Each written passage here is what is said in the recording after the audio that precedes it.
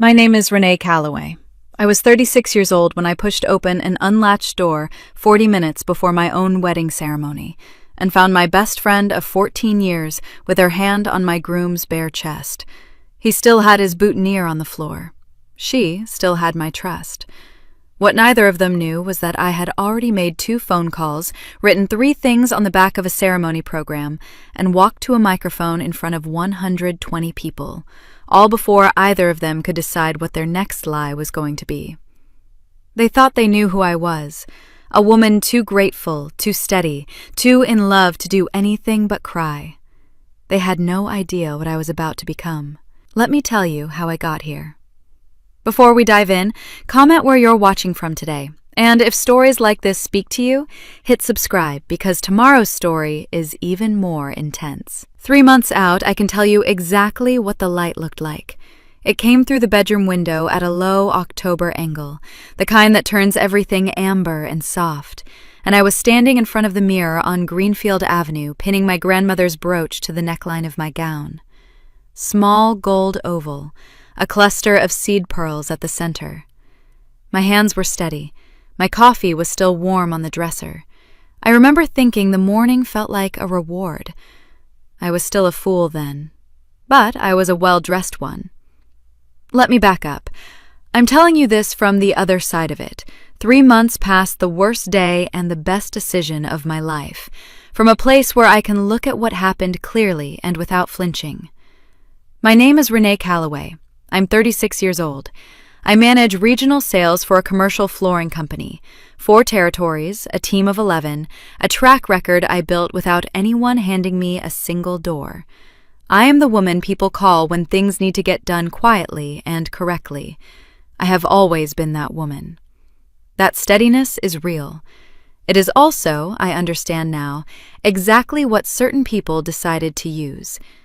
I am not a pushover. I want you to understand that before anything else. But I do love hard.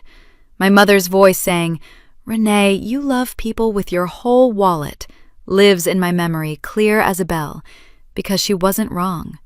I paid off Deshaun's car loan 8 months into our relationship. Didn't announce it, didn't frame it, didn't file it away as leverage. He had the debt, I had the means, and I loved him. That was the whole equation. We were going to build a life together. What was the point of starting it with that hanging over us? That was the kind of woman I was.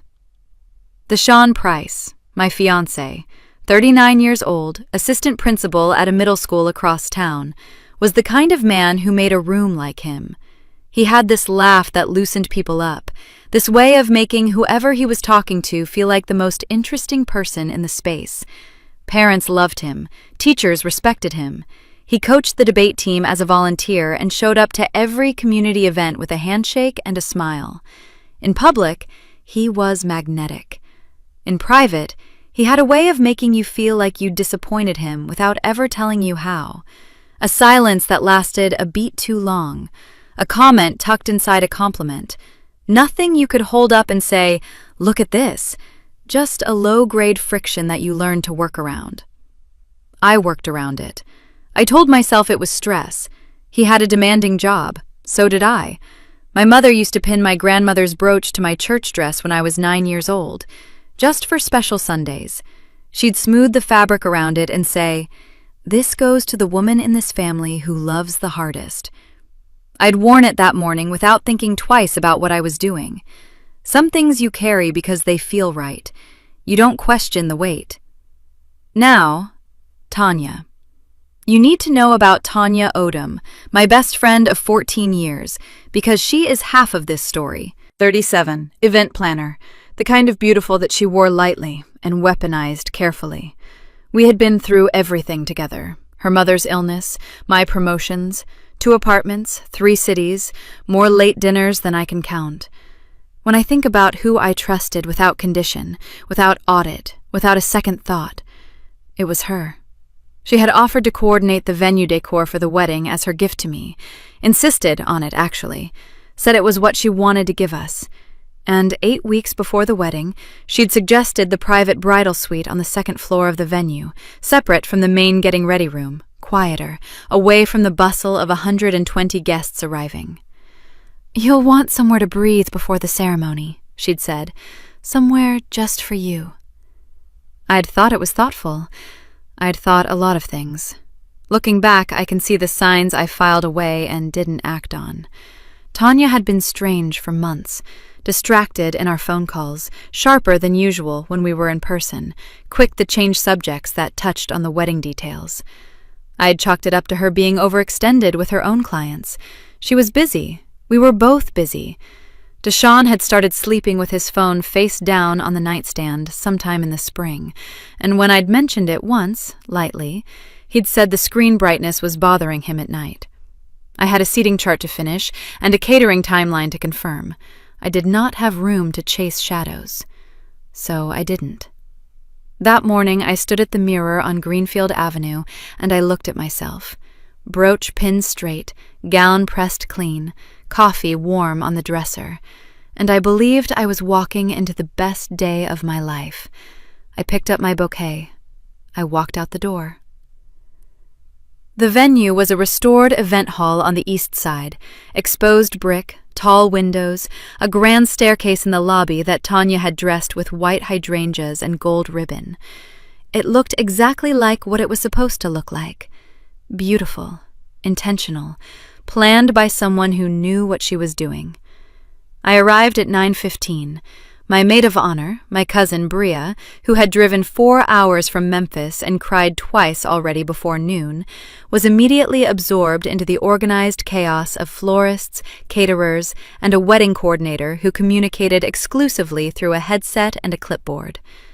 The main getting ready room buzzed with bridesmaids and hairspray, and someone's aunt who had arrived 40 minutes early and needed a chair.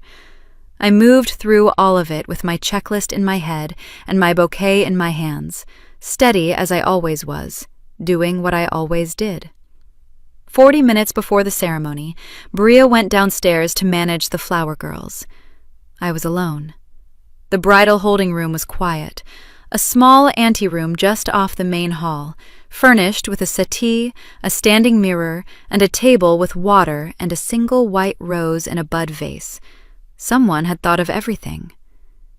I sat for a moment, smoothed the front of my gown, and reached up to touch the brooch at my neckline.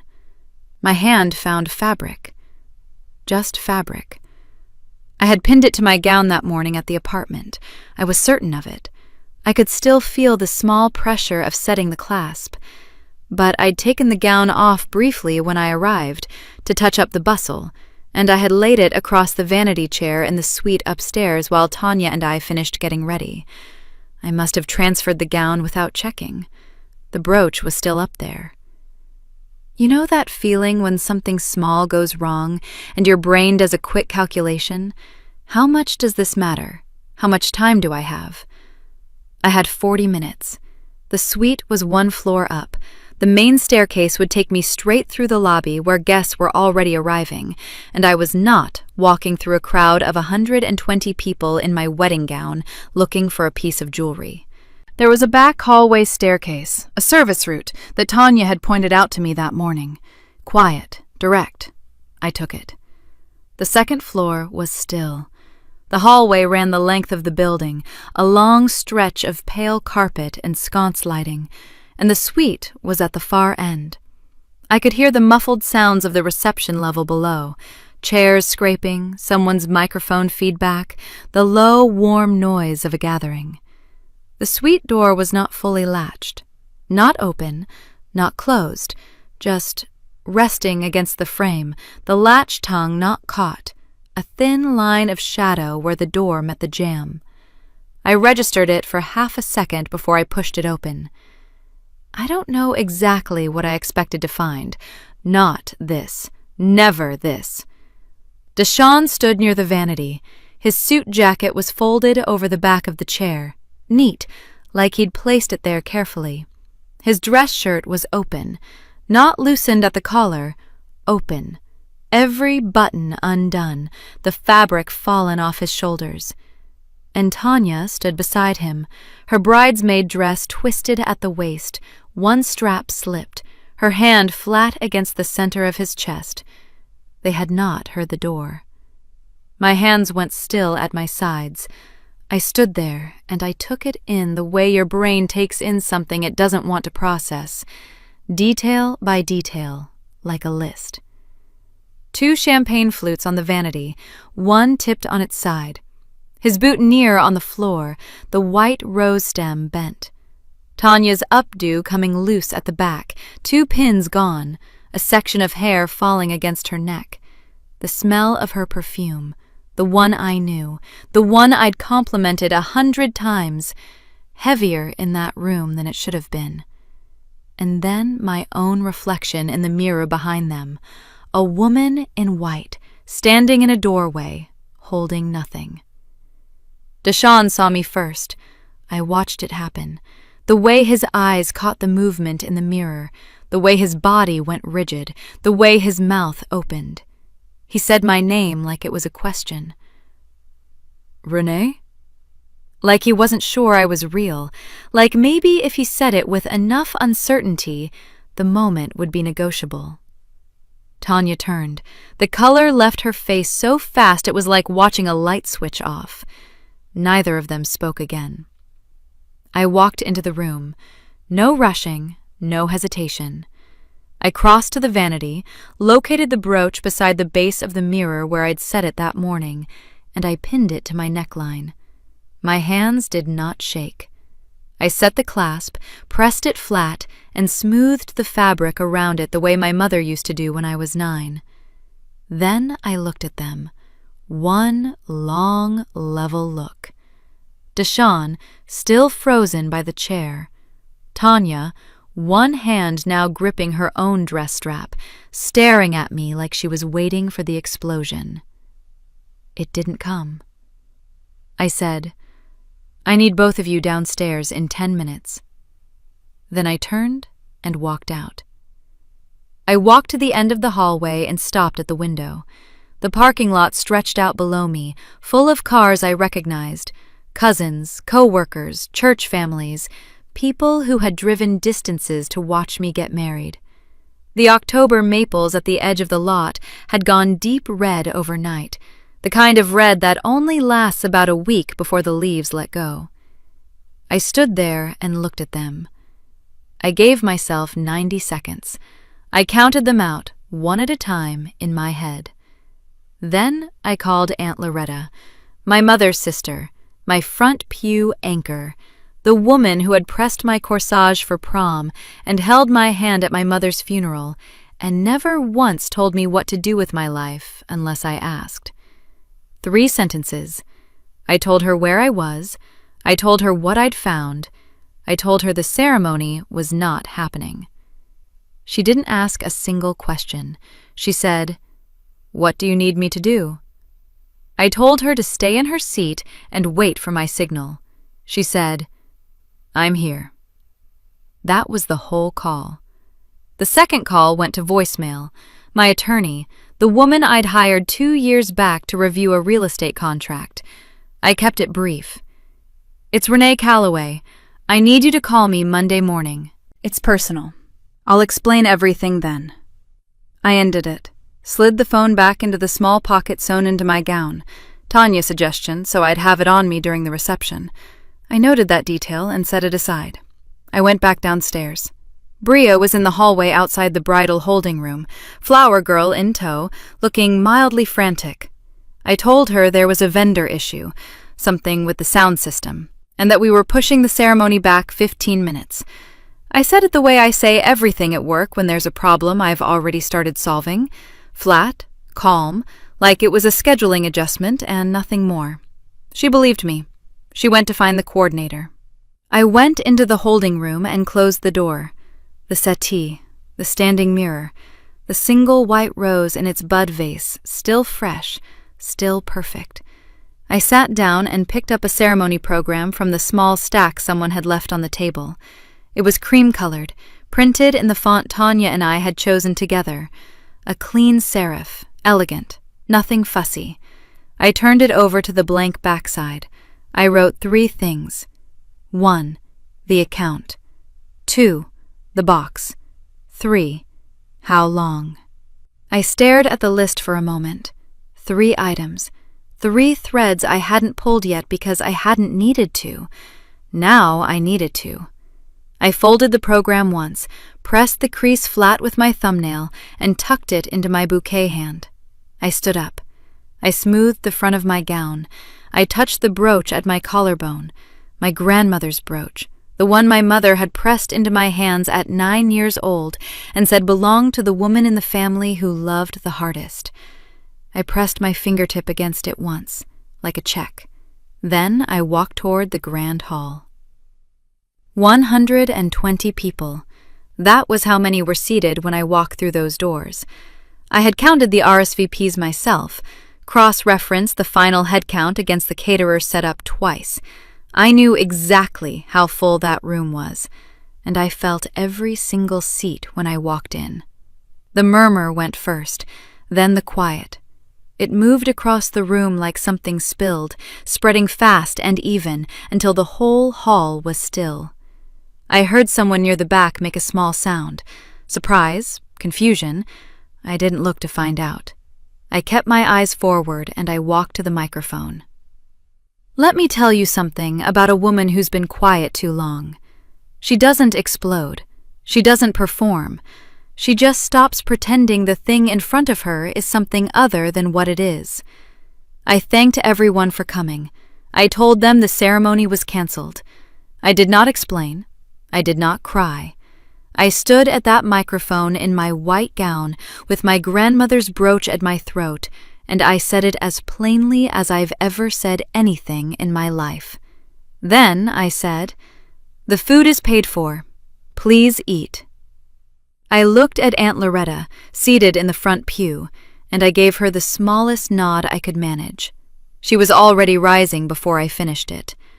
I walked out of the hall, through the lobby, past the white hydrangeas and the gold ribbon on the grand staircase, out through the front doors and into the cold October air. My car was where I'd left it, 3rd row, passenger side of the lot. I got in. I set my bouquet on the seat beside me. I put the folded program on top of it. I drove home. The whole way, I didn't make a sound.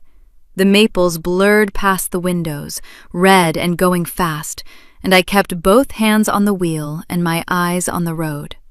The program sat in my hand when I parked. 3 items. Everything that came next was already written on the back of a wedding program I was never going to keep.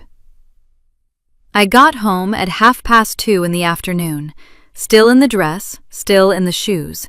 I sat down at my kitchen table and I didn't move for a while. Just sat there in the quiet, with my hands flat on the surface and the October light coming through the window at a slant. The apartment looked exactly the way I'd left it that morning. Coffee mug rinsed and inverted in the dish rack. The small arrangement of white tulips I'd bought myself on Thursday, still fresh on the counter. Everything in its place, patient and ordinary, waiting for a life that had just changed shape entirely. I let the quiet do what it needed to do. Then I got up. I unzipped the gown myself, slowly, methodically, the way you handle something expensive that belongs to someone you're not sure you like anymore. I laid it out across the bed and smoothed the skirt flat, not out of sentiment, but because I'm not a woman who throws things. I covered it with the garment bag, zipped it to the top, and hung it on the back of the closet door. The brooch came off last. I set it on my dresser, centered, where I could see it from the doorway. I changed into sweats. I washed my face. I looked at myself in the bathroom mirror for exactly as long as it took to recognize that I was still myself. Then I went to the kitchen and started a log on my phone. He called 11 times the first day. I documented each one, timestamp, duration of ring, call ended. I didn't answer. I wasn't ready to answer, and I've never believed in having conversations I haven't thought through first. He left 3 voicemails. I listened to all 3. They followed a pattern, confused, then wounded, then something that wanted to sound like concern but kept slipping into self-defense. I filed them away. The second day, he called 30 more times. You know what that number tells you? It doesn't tell you he was sorry. It tells you he was scared. There's a difference, and I've always known it. I answered on call number 41. He said, "Renee, listen to me. It wasn't what it looked like." I sat down slowly, my jaw locked. I waited 1 full second. Then I said, "Then what did it look like?" Silence, long enough that I could hear him breathing, long enough that I understood he had prepared an opening and nothing after it. He didn't answer. I ended the call. That evening, still day 2, just past 7, someone knocked at my door. I wasn't expecting anyone. Aunt Loretta had texted to say she was coming by tomorrow. My maid of honor had called twice, and I'd responded both times with a text that said, "I'm okay, I'll call you soon." I wasn't ready for company, but I opened the door because I've never been someone who hides. It was Philip, Tanya's younger brother, who I'd known since he was 19 and showing up to Tanya's birthday dinners in sneakers that cost more than his rent. He was 33 now, worked in IT, and the way he looked standing in my doorway told me everything before he opened his mouth. He looked like a man who had put something heavy down after carrying it too long, and wasn't sure his hands knew what to do with themselves. He said, "I should have come sooner. I know that. I'm sorry." I stepped back and let him in. He didn't sit. He stood in my living room with his hands in his jacket pockets and told me what he knew. Last spring, April, maybe into May, he had seen Deshawn's car parked outside Tanya's apartment building 3 separate times, late at night. He'd noticed it because Deshawn drove a burgundy Accord, and the complex only had street parking, so you'd see it right there under the lights. He'd assumed it was wedding coordination. He said that to himself each time. Wedding coordination. He'd believed his own explanation because the alternative was something he didn't want to be carrying. "After yesterday," he said, and stopped. He pressed his mouth flat for a moment. "After what happened at the venue, I knew what I'd been looking at, and I couldn't keep it to myself anymore." 4 months. Whatever this had been, it had been running since at least the spring. I looked at him. I could see what it had cost him to come here, the particular exhaustion of a person who has been arguing with their own conscience and finally lost. I didn't make him feel worse for the delay. I didn't have the energy for it, and it wasn't what the moment needed. I said, "Thank you for telling me." He nodded. He left. I closed the door and stood in my kitchen. I looked at the wall. I looked at the tulips on the counter still holding. I stood there and let the number settle into my chest like a stone finding the bottom. 4 months. Minimum. Then I went to the stove and made myself dinner. Rice, simple pan sauce, something green from the refrigerator. I sat at the table and I ate every bite, slowly, while the evening went dark outside the window. When I finished, I found the ceremony program where I'd left it on the counter. I unfolded it. I read the 3 items I'd written.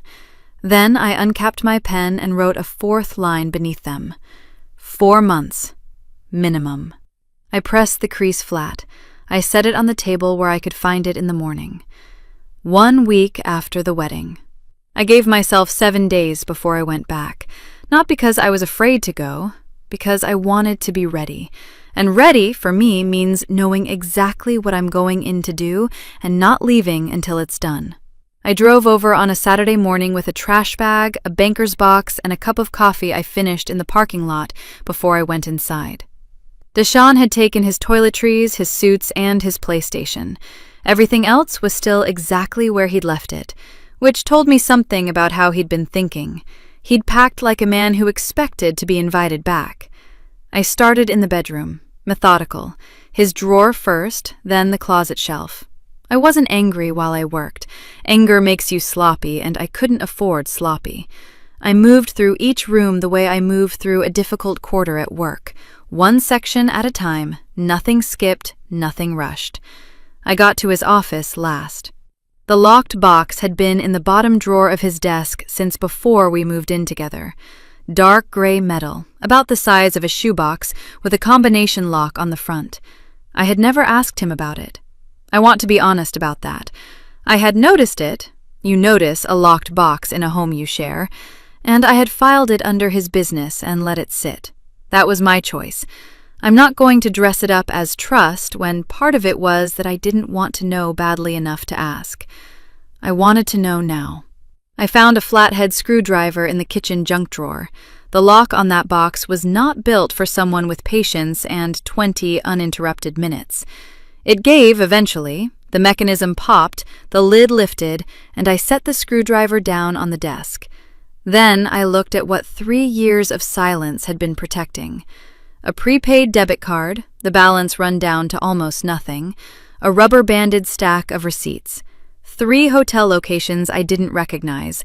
One I had to look up on my phone to understand how far from home it was. Restaurant tabs for 2 people, dated across 8 months. And at the bottom, a jewelry store receipt for a gold bracelet, the kind with a small charm, priced at $312. I have never owned a gold bracelet with a charm. You know what I thought about first? Not rage, not even hurt. I thought about the Saturday last February when he'd said he needed a weekend to himself, just some space to decompress before the wedding planning got heavy. I had agreed without pushing back. I had used that weekend to deep clean the apartment and reorganize the linen closet because I wanted things to be nice when he came home. The February hotel receipt was dated that Saturday. I remembered my mother ironing my father's shirts on Sunday mornings while he slept in, the smell of hot cotton filling the whole back hallway, her doing it without complaint because that was just love, she said. That was just what love looked like. I had inherited that from her without ever questioning the cost of it. My hands went still on the receipts. I set that one aside and kept reading. Valentine's weekend. My birthday weekend. The one where he'd said work had him buried and we'd rain check dinner. The rain check I never collected because I didn't want to add pressure. Every stretch of distance I had written off as stress or season or the ordinary friction of 2 busy people. Every absence I had explained on his behalf without being asked to. 8 months of receipts.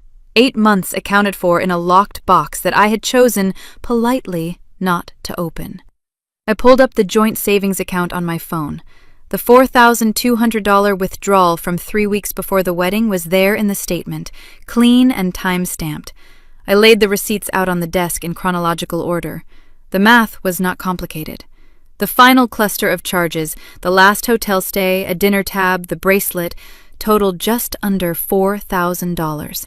The rest covered incidentals I didn't need to name.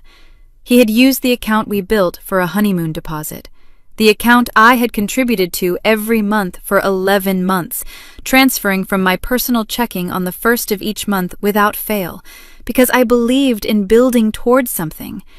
He had spent it on someone else, in installments, in places I would never have found without a locked box and a screwdriver. I photographed every document, each receipt flat on the desk, good light, 4 photos each, front and back, close and wide. The jewelry receipt got 6. I photographed the box itself, the popped lock, the prepaid card. I photographed the bank statement with the withdrawal circled in pen. Then I stacked everything neatly inside the box, exactly as I had found it, and closed the lid. I picked up my phone and called my attorney, the woman I'd left a voicemail for on the day of the wedding. Her assistant answered. I gave my name. I confirmed Monday morning, 9 o'clock. My voice was completely level. 10 days after the wedding. She called 4 times before noon. I watched the screen light up and go dark, light up and go dark, and I let it. The 5th call came at 2:30, and I picked up. Not because I was ready, because I was done waiting for her to run out of nerve. Renee? Her voice was soft, careful, the voice she used at funerals and difficult conversations, measured, warm, practiced. I'm so glad you answered. I know you're hurting, and I need you to know that I'm hurting too. I didn't say anything. It started as nothing, she said. You have to understand that. He came to me. He was struggling, and I was I was listening. That's all it was at first. He pursued me, Renee. I want you to be clear on that. This was not something I went looking for. Let me tell you something about a woman who plans events for a living. She knows how a room should feel before anyone walks into it. She builds atmosphere on purpose.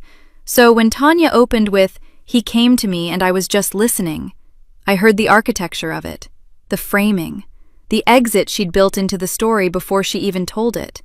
I stayed quiet. "He said things about your relationship that I didn't feel comfortable repeating, honestly. But since we're here, since we're finally talking, I think you deserve to know." A pause, deliberate. "He felt like he couldn't reach you.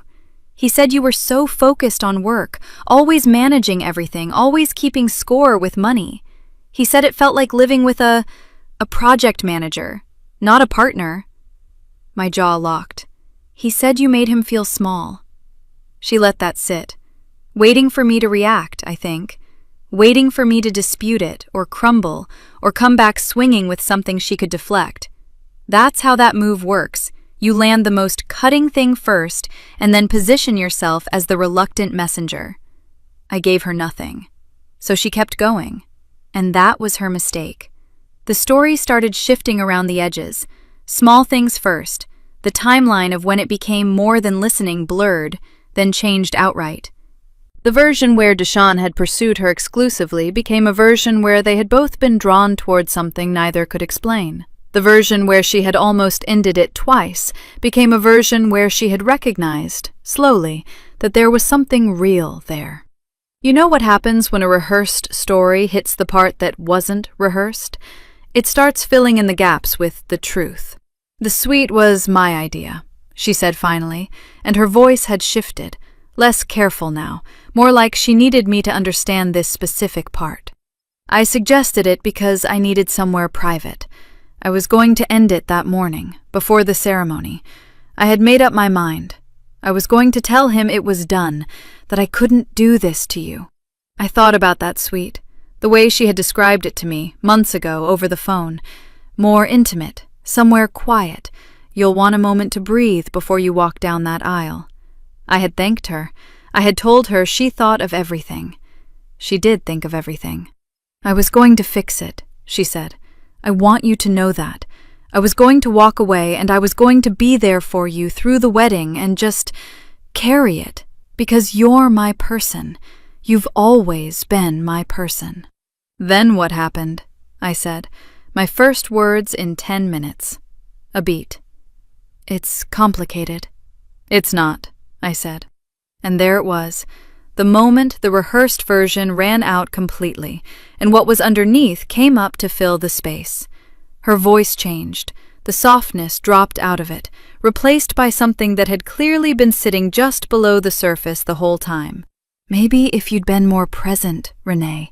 Maybe if you hadn't made everything about money and logistics and control, he might not have needed somewhere else to go.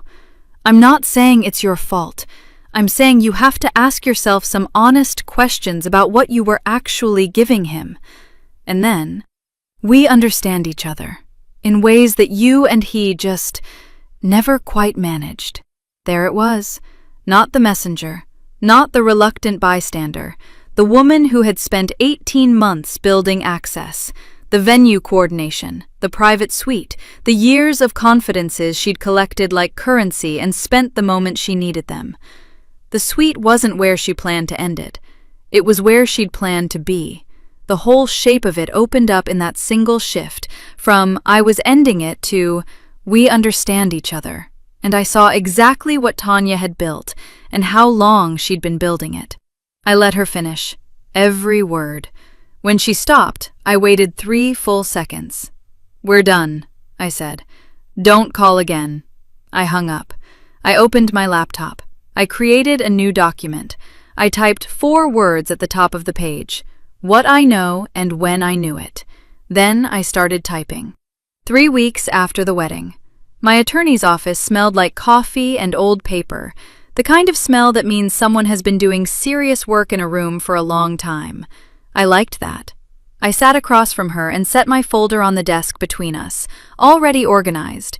Bank statements in front, photographed receipts behind them, and Philip's written account, dated and signed, at the back. She read through it quietly. I didn't fill the silence. "The withdrawal is clean," she said finally.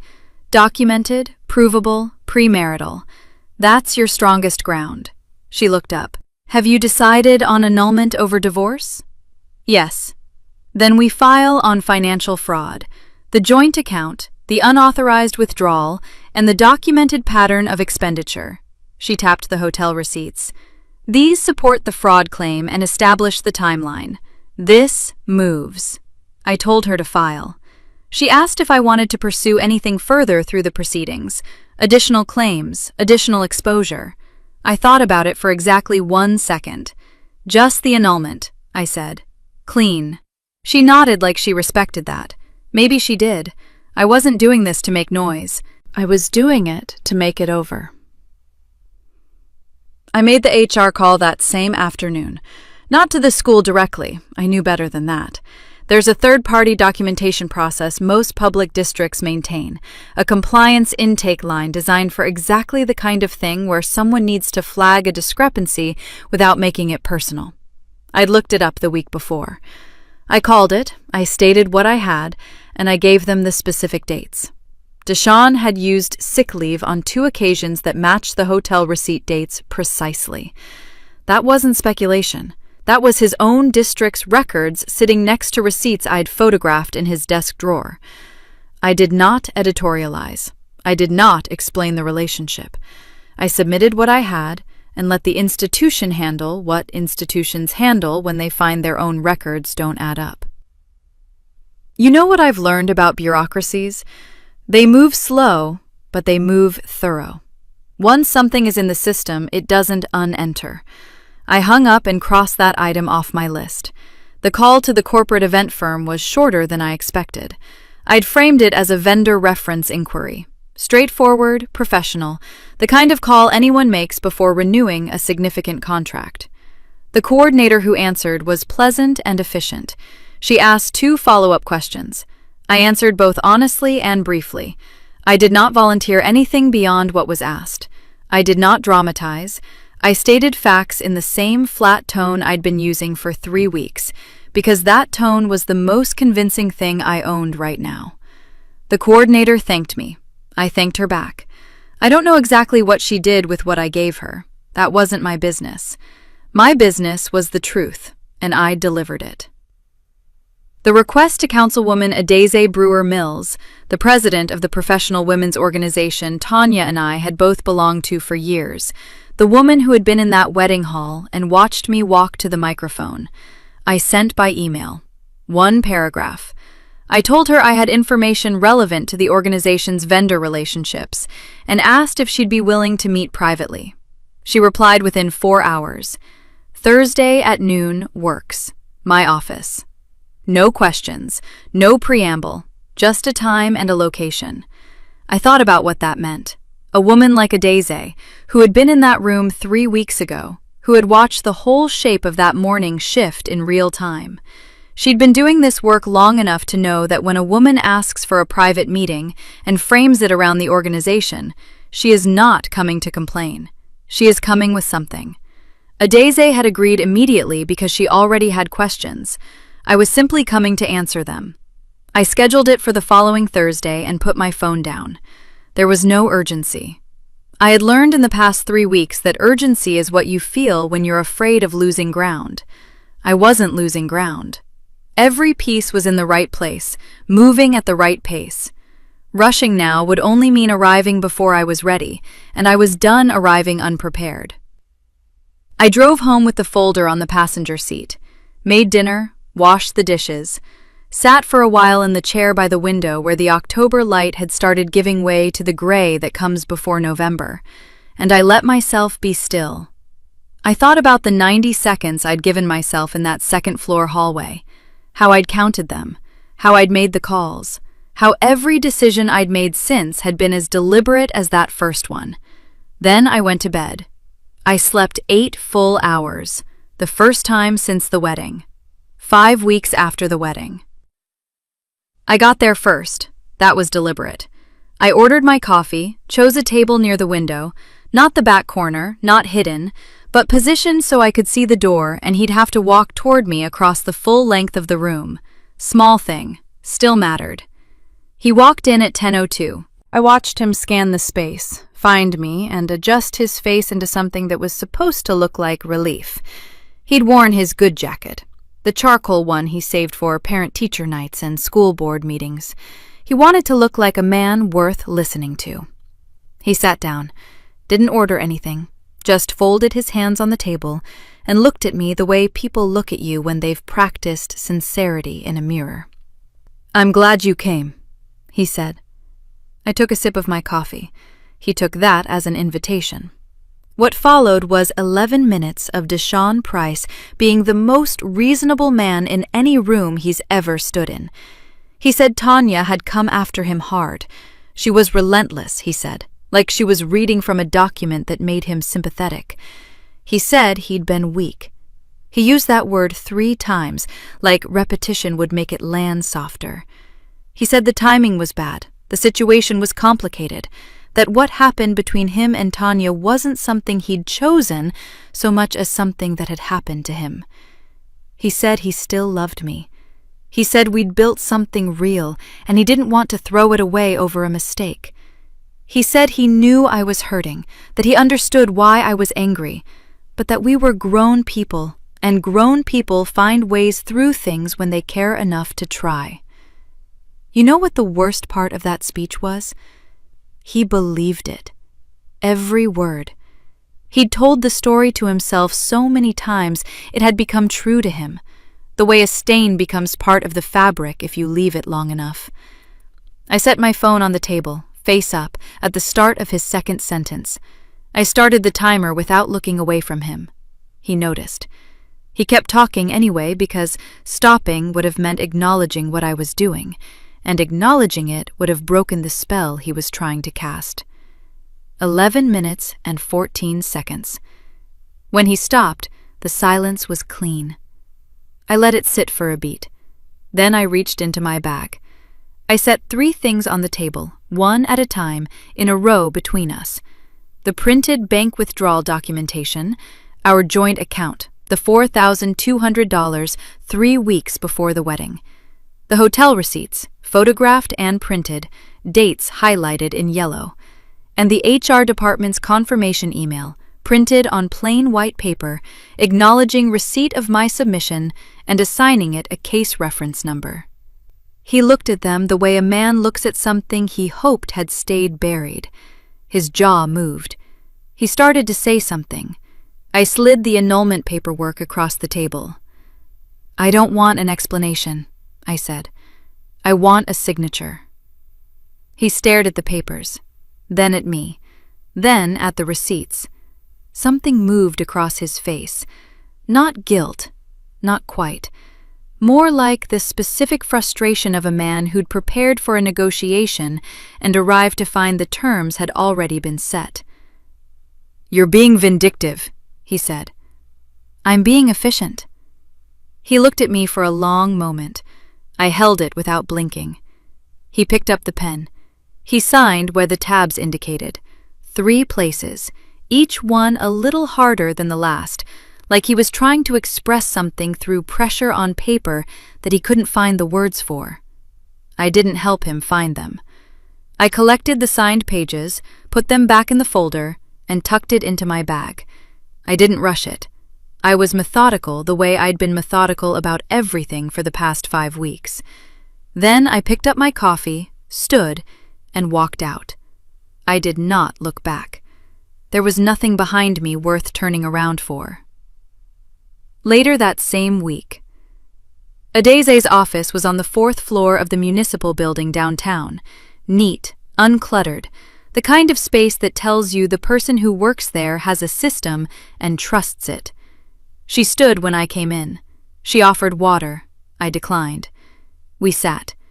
I opened my folder and walked her through it the same way I'd walked my attorney through it 5 weeks earlier. No performance. No visible emotion. Just the receipts, the timeline Philip had confirmed, and the specific detail about the bridal suite. How Tanya had proposed it, framed it as a gift, and used it as something else entirely. I did not ask her to do anything. I did not suggest a response or outline what I thought the right outcome was.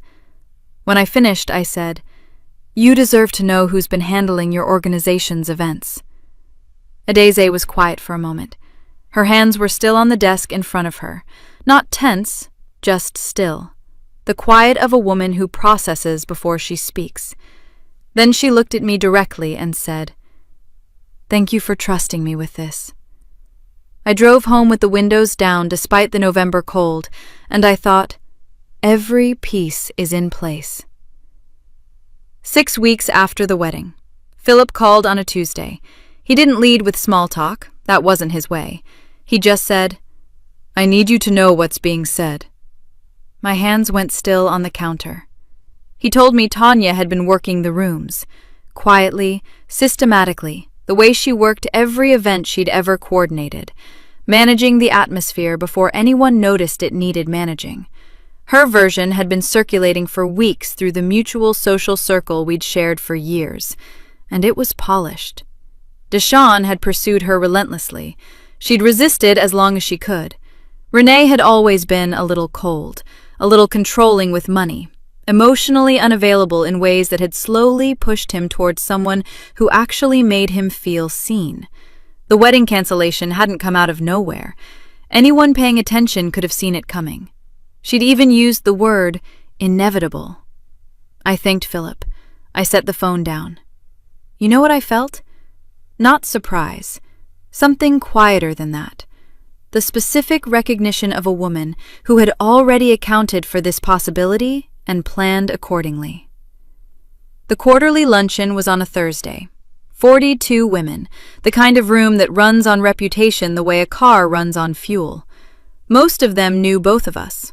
Most of them had been in some version of the social current Tanya had been running for the past 6 weeks. I'd been mostly quiet in those circles since the wedding, not absent, just still, letting her talk. I arrived early enough to choose my seat, near the front, not at the head of anything, just visible. I wore the gray dress I saved for client presentations, the one that reads as composed before I even open my mouth. Tanya came in about 10 minutes after I did. I watched her register my presence from across the room. Something flickered across her face, quick and contained, and then her social mask was back in place. She took a seat on the opposite side. She did not approach me. I did not approach her. That was fine. I hadn't come to approach her. I spent the first half of the luncheon doing what I always do in rooms full of professional women. I listened. I asked good questions. I laughed at the right moments. The woman to my left was a commercial real estate broker I'd met twice before. Sharp, observant, the kind of woman who files things away. We talked for a while about the fourth quarter. It was a real conversation. I wasn't performing. Adeze ran the program the way she always did, efficiently, with the kind of institutional warmth that made you feel like the meeting mattered, which it did. It always had. When she opened the floor for member business, 2 women spoke before Tanya did.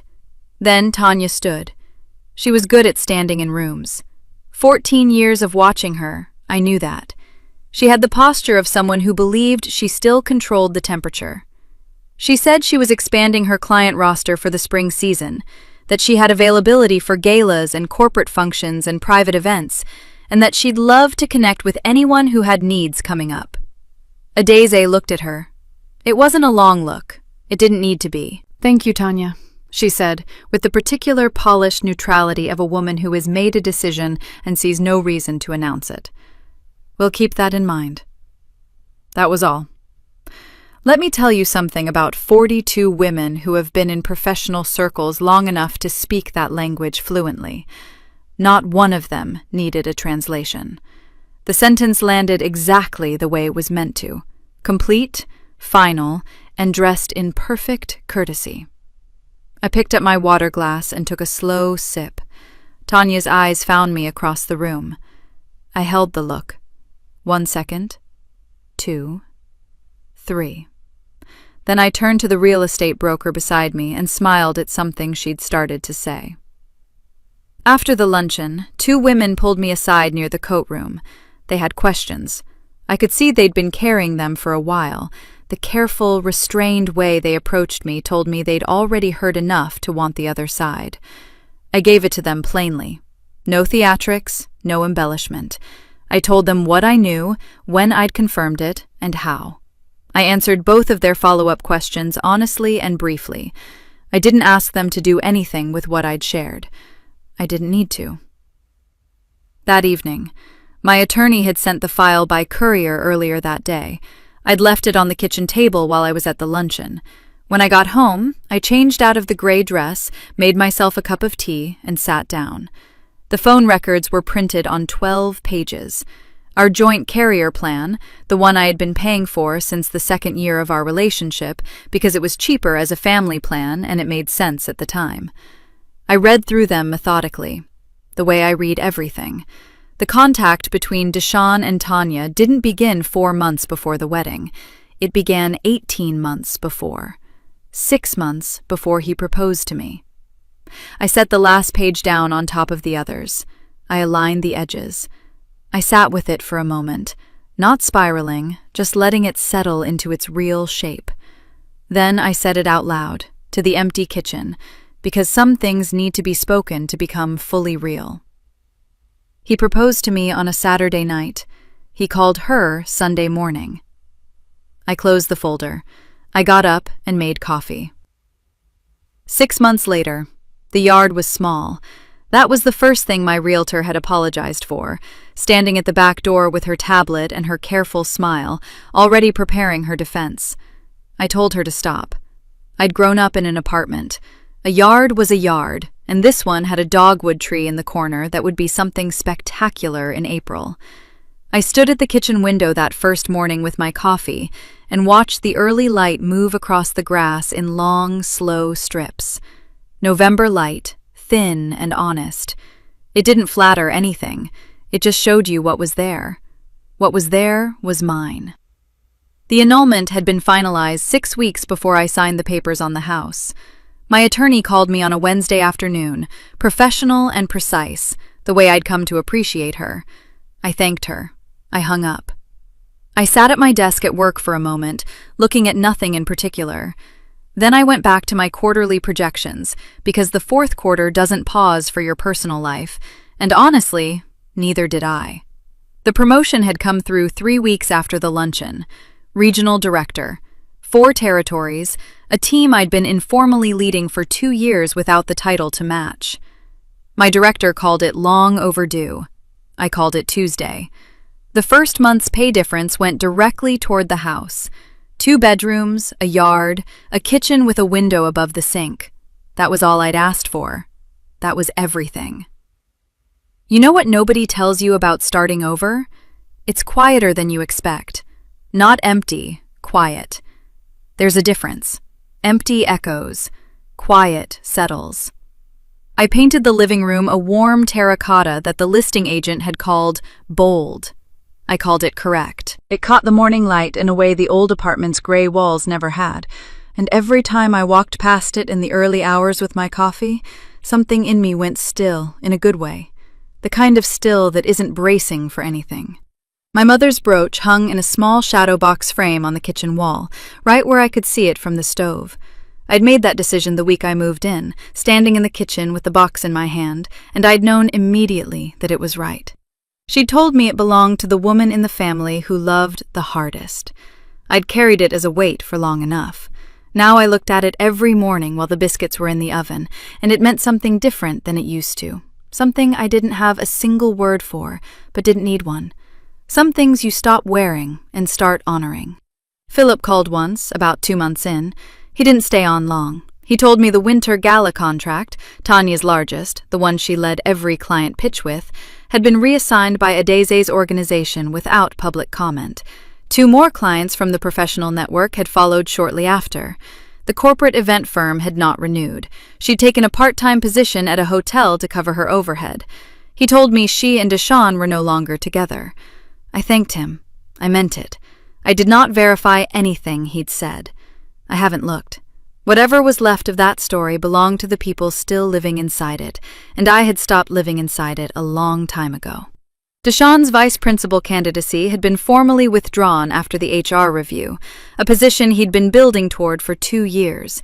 He remained in his current role under a performance improvement plan, a smaller version of the man who had believed my patience was the same thing as permission. I don't think about him often. When I do, it isn't with heat. It's with the specific clarity of someone who finally sees a thing in its correct size. Aunt Loretta's 72nd birthday dinner was on a Saturday in late October, 1 year, almost to the week, from the morning I'd stood in a white dress at a window counting 90 seconds. The table was long. The food was good. The people around it were the ones who had shown up when it mattered and stayed without being asked to. I sat near the middle and looked down the length of that table, and I felt something I hadn't had a word for until that exact moment. Uncrowded. Like I finally had room inside my own life. Like something that had been taking up space for years, something I'd been quietly arranging myself around without naming it, had simply been set down. And I hadn't noticed how heavy it was until my hands were empty. Aunt Loretta caught my eye from the other end of the table. She didn't say anything. She didn't need to. She just nodded once, the way a woman nods when she has been waiting a long time to see something come right. Someone asked me recently if I regretted anything about that day. I thought about it seriously. I thought about 11 minutes of talking while I sat there timing him. I thought about pinning that brooch back onto my gown while they both stood there watching me do it. I thought about 18 months. I thought about a Sunday morning phone call. Then I looked at that brooch on my wall, right where I can see it every morning. Not a single second. Thank you for watching until the end. If this story meant something to you, hit subscribe and turn on notifications. I've got 2 stories on the screen that you have to watch next. Have a great day.